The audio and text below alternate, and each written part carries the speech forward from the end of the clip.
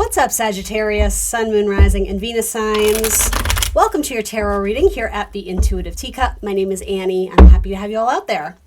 So I'm mixing it up this week. We are going to definitely do tarot and all that good stuff. I'm also going to pepper in a little bit more astrology talk just because there's a lot going on. There's been a lot of recent transits that are kind of big and new and exciting, and a lot of stuff to look forward to. So why not share that good news with you? Because April has been a banger month. Not always in a good way, but possibly, you know, the Aries stuff may have helped supported you guys in some ways, a fellow fire sign. But Taurus season looks good. It looks interesting. The astrology is certainly more, there's a little more ease to it. There's a little bit more gentleness, which I'm excited about. I don't know about you. First and foremost, though, my spiel, please come into this tarot reading and astrology talk for that matter with an open heart, an open mind, a desire to learn something and maybe better yourself, better your situation. This is not the Word of God. This is not the Bible. This is a general collective reading. If something speaks to you and resonates with you, great, take it and run with it. You are accountable and responsible for all your own actions and decisions. But if messages that come through that are strange and foreign and don't resonate, please don't take them on as yours. Release them. Assume they're going out to someone else who needs to hear them. That being said, they may resonate for you at a future date or time. So again, be open to that. We'll set the intention to get my Sagittarius gang out there watching Sun, Moon, Rising, Venus placements, some clear, helpful, and insightful messages wherever they're at on their spiritual path. Last but not least, guys, because I'm talking a lot of astrology this week, again, I'm excited to share that with you. I feel guided to introduce more of that in the videos this week. I highly recommend that you really watch your rising sign above all else. So if you don't know what that is, it's a quick Google search. You need to find out your place, time, and location of birth, and it will generate your rising sign, aka the zodiac sign in the first house. If you pull up your birth chart, look at the first house, number 1, all the way to the left side, right? Whatever zodiac sign occupies that first house, that is your rising sign. So again, highly recommend you check out that video, but of course, anyone is welcome into this video. All right, we're going to talk about the Justice card. That's about truth, justice, and, well, I don't say the American way. Isn't that Superman's tagline? How appropriate to come up in a Sagittarius reading. No, we're going to talk about justice. That's Libra energy. That's about signing contracts and establishing balance and equilibrium. But you know what? Let's go off of that. Libra is a sign closely associated with planet Venus, as is Taurus, which begins our astrology talk. It's Taurus season. Woohoo! For you, Sagittarius rising specifically, that's going to be a lot more focus on your 6th house of health, wellness, daily routine and regimens, your sort of rituals throughout the day, but particularly health and work life. The sun is going to put a spotlight there, so there's just simply going to be more focus. In that 6th house of Taurus, you have also recently had the Jupiter-Uranus conjunction, which is big. That's like really exciting stuff. That happens every 14 years, right? 14 years, right? We just had it on April 20th. So Jupiter, which is your ruling planet, so particularly significant for you as well as Pisces, that is the planet of growth and expansion. It's closely associated with spirituality, religion, education, joy, abundance, blessings, money, sometimes even children. Jupiter wants us to grow and develop, and it is a benefic planet, meaning it frequently brings good luck and benefit to our life. When it's conjunct Uranus, Uranus is the planet of shock and rebellion and metaphorically earthquakes, especially in Taurus, right? It brings sort of the unexpected. It's the maverick, unpredictable planet. It has a lot to do with flashes of genius and insight.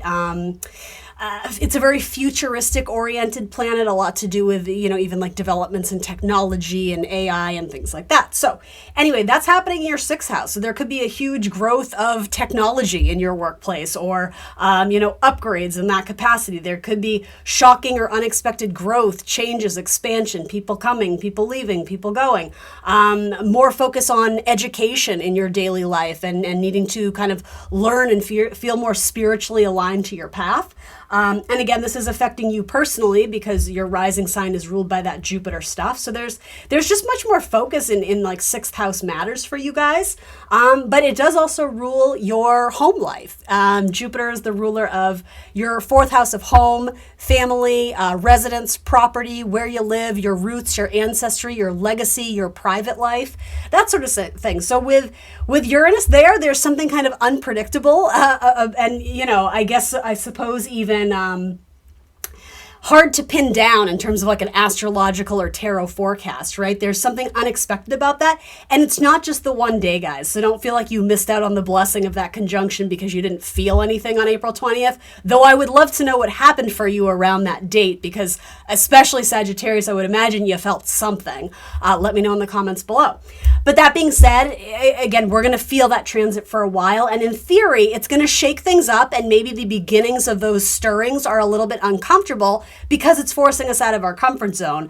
But that being said, in an earth sign, which is all about sort of the long term and the endurance and the seeing things throughout the process, developing stability over time, I think we're going to feel these blessings and this abundance, this joy, this growth, this happiness for days to come, for weeks, for months to come. So I'm excited to see what that looks like for you, again, particularly in regards to sixth house stuff, daily routine, rituals, as well as possibly impacting your home, family, living situation, and you yourself as a person, Sagittarius. All right, so that's one thing I want to talk about. Two other really cool transits we're having. Venus is finally moving into the sign of Taurus. So again, even more focus on work, daily pleasure and routine. Venus brings with it the ability to relax and relate, to enjoy, to want to bring harmony and balance. There's an element of luxury and pleasure to Venus, and also love, right? Connection of any sort. So at minima, I would say you're going to be enjoying your work life, whatever that looks like for you, for the next month or so at least. And particularly, I don't just mean that's it, but when Venus is there, it's a benefic planet, much like Jupiter. So you're going to have Jupiter and Venus in your sixth. It's like, we're kind of like enjoying the daily grind or the daily hustle to the point where I don't think we would even call it a grind or a hustle. There's like a daily wow, isn't this life incredible? That's sort of what I think Venus and Jupiter are going to do there. It's just, there's going to be more pleasure in daily life. So look forward to that. And more pleasure in maybe getting some sort of health or wellness routine together that helps you achieve more stability, or working out with friends. Venus can bring the idea of partnership and collaboration. And similar to that note, Mars is going to be moving into Aries. So people who are excited to get out and mingle, particularly my single people who want to date and have fun. Mars is the planet of energy, drive, motivation, where we put our action into. In your fifth house, that's dating, that's sex for pleasure, that's hobbies, sports, creativities, however you shine your authentic light. Again, things you do for joy. It has a lot to do with, I think, connecting with our inner childlike energy. Mars is the ruler of Aries, so when we put that planet in Aries, it can actually do what it's supposed to do. In Pisces, Mars has been challenged, right? I always kind of give that metaphor. It's like trying to run into the ocean. You can do it, but at some point you just kind of have to submit because you're getting a lot of resistance and pushback. So Mars in Pisces is great for action and energy being put into more slow, meandering, dance, yoga, meditation, spirituality, painting, all those sort of things. Mars in Aries is like, let's run the race now. It's the race car driver, ignition, action, acceleration, let's go. So you're going to be feeling that in joy and pleasure. The fifth house is closely associated with Leo. So however you move out into the world and what shapes and creates your identity and your authentic reality, your truth of who you are, how you shine your light. I'm loving this for you, Sagittarius. For those who are, again, single and looking, or just looking to go out and mingle and whatever, #sex, baby. I love that. Enjoy it, right? Even possibly connecting with someone at work. I mean, that could be complicated, but it doesn't have to be. So, do with that information what you will.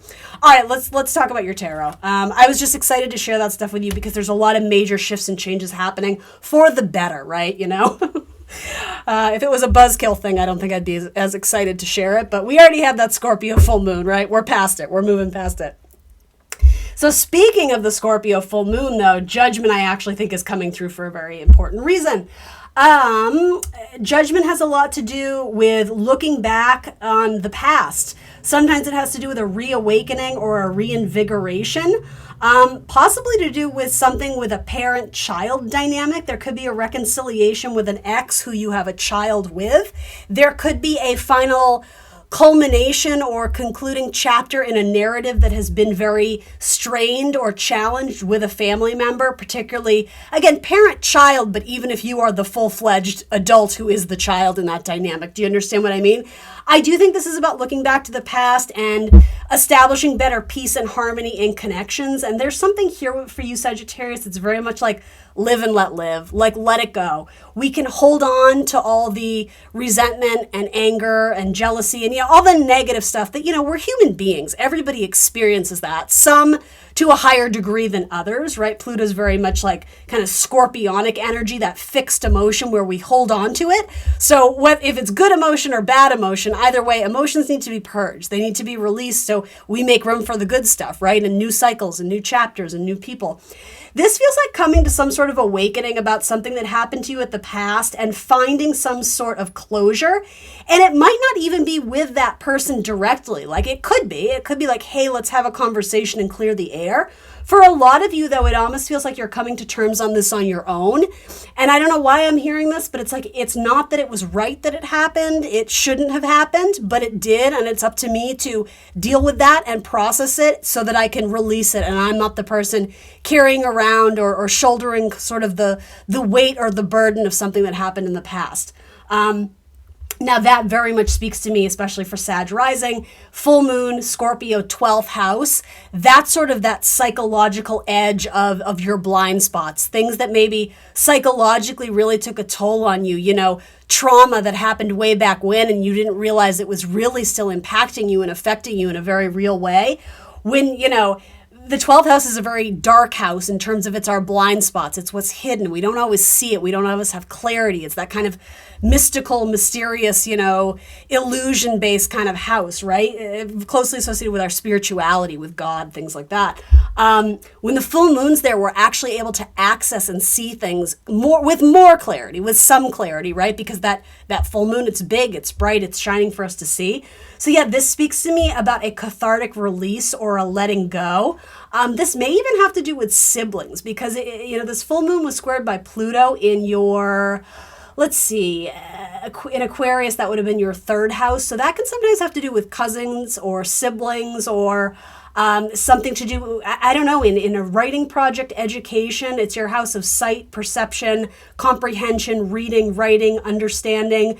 Things of that sort. So anyway, some of you might be rewriting a contract from the past, if that makes sense, revisiting an old contract and seeing if the door is open to make edits and changes and shifts that would be in better alignment for you and bring more balance and collaboration into your life. For some of you, it may even have to do with like marriage contracts. Yeah, I'm getting this so specifically, and I don't know why, but for a lot of you, there's something here to do with making amends with an ex or someone who you started to build a family with, or maybe you shared a house, or there was a split. Like, I'm almost not even sure that you guys see much of each other, but you are somehow connected, and maybe that's just more of like a sort of a tethering because it's a karmic connection, but yeah, there is something here about waking the dead in order to, again, bring some sort of clarity or closure to something. I think the word closure is very important here. So then you have the Page of Wands, so it lightens the load. There is something here to do with children. I have 3 cards indicating children coming through. The Page of Wands is such a great Sagittarius card. It's all about being curious. It's about exploring. It's about sort of viewing the world as just full of potential and possibility. And like, there's something with the Page of Wands where it's like this, just like unshakable faith that like the world is great. And like, we can, put a caveat in that and be like, yeah, but then there's this, and this, and that's not so great. But the Page of Wands is just like, whatever, like, but it's mostly good. So that's where I'm going to focus my energy. That's really cute. That's really sweet. Again, something with a parent-child dynamic. I have a similar message coming through here about mother and child. So that might be you and your child, Sagittarius, if you are a mother, or vice versa, male, female, whatever you identify with. There could be an important narrative here regarding a mother figure. A maternal figure, I should say, because not everybody's mother is still around, right? Though I would offer with judgment, even spiritually, you might be able to find some sort of closure or seek some sort of divine guidance, even if this person isn't here in the 3D realm. You might be trying to communicate with them through meditation and prayer and set something straight. Rebalance the scales here. Why is this coming through? Yeah, there's been a lot of thinking for some of you about a fellow fire sign, or someone is thinking about you. But it's like they're not sure how to approach this or how to fix it, or, it's a Saturn card, so it hasn't been all sunshine and rainbows. There's been struggle, there's been challenge, there's been disappointment, there's been a little bit of defeat. But what's interesting is that's in complete contrast to this dynamic of like, yeah, but it's not all bad. It's not all bad. Like there's someone who is just like the eternal optimist. And to be honest, I actually really like it here. It's not coming off to me as toxic positivity. It's the opposite. It's like, yeah, but again, there's just something, you're like awakened. It's like you've ascended spiritually, where it's like, but you know what? At the end of the day, is it worth holding on to the grudge or the resentment or the disappointment or only remembering the hard stuff? No, because it's like something beautiful was bred out of that. And you might not always view it as that, but a lot of you are. If you're the Page of Wands here, it's empowered you. It's something about you've had to lean into your own strength and your own inner will and courage in order to break through some sort of challenging obstacle. And like, you're setting yourself up for good karma. Some of you feel like you've had to revisit your past. And I don't know if maybe you're the one apologizing, or if you're the one having to, I said the same thing to, I think it was Aquarius, like it's kind of a blow to the ego. Maybe something checked you where you did sort of have to admit fault, or again, this may go vice versa, but ultimately it takes two to tango. It's not about pointing the finger, but going back to right the wrong, clearing your karma. That's sort of what this feels like. You do have Saturn moving through your fourth house. So there could be challenging dynamics that ultimately for the purpose of healing, right, with Pisces energy, but challenges and delays, wanting to move forward in some sort of family relationship dynamic, maybe even with house, land, property. But it's requiring you to approach it more seriously this time. Challenging dynamics with family members. So this may involve someone who has very strong Libra or Scorpio in their chart. The Death card ultimately is about sort of the elimination of what is no longer needed in order to make room for what is good and what is beautiful and what is in alignment with us. But sometimes there is a very necessary releasing or cathartic purging, elimination, transformation ultimately is the word we most associate with Scorpio and the Death card. Some of you may have very strong Scorpio in your chart. And a Scorpio placements for my Sag rising do indicate a need to look at the shadow side of things and where maybe you've held yourself back, or where unhealthy power dynamics or control issues have played a major role in the development of your psyche. I guess I would say for better or worse, but for a lot of you, there is a releasing or a letting go. Maybe it has to do with, for a lot of you, the word forgiveness is coming up. So maybe it's the idea of not waiting for the apology that you feel is owed to you, but offering that person forgiveness from a place of like humility and from a place of just sort of like this, I don't want it to be my baggage anymore, so I'm needing to let go of it. And maybe I'm never going to get that, hey, son, I'm proud of you, or hey, you're so, whatever, you're my beautiful daughter, and I'm so proud of you, and you're a badass, and there might be something where you are always waiting to get that validation from a person in your life, particularly a mother figure is coming through, and maybe you're sort of at peace with the fact that just because they didn't say it doesn't mean they didn't feel it, and whether they did or not, that's their truth, and that's their reality. It's not mine, and I think you're coming out of a place from allowing other people's judgment of you, or lack of validation, lack of acknowledgement of your achievements. You're releasing that because it's like the only person you ever needed validation from was you. And it's not to say there aren't other people in your life who are cheering you on and, rooting for you on the sidelines, but it's like that one person who could never say I love you or could never do that thing. I think you're starting to realize that that's really held you back in a lot of ways, but it doesn't have to anymore. For a lot of you, this does feel like rewriting the narrative.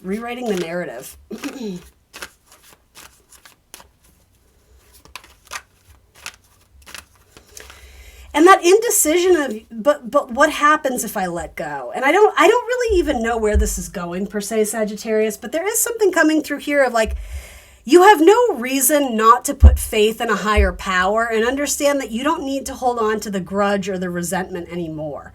And I'm not saying all of you are doing that, but that is a message that is coming through a little bit. And it's like, you're the only one who suffers. It's, what is that expression? It's like, resentment or anger, hostility. It's like allowing someone to live in your head rent free, right? And like, you don't need that mucking up your energy, right? I think there's something here, like it is time to let it go. It's time to let it go. And easier said than done. I don't mean to minimize the process of this sort of, I do want to use the word purging, but like this feels like some of you have had like a breakthrough in terms of like therapy or something about like no longer feeling shackled to something, particularly your past. Scorpio, Pluto energy has a lot to do with the past. Yeah. I think that by releasing this, I don't know why you're apprehensive to do that. And I mean, maybe for some of you, this is more romantic. Maybe this is releasing an ex that you just can't let go. I don't know.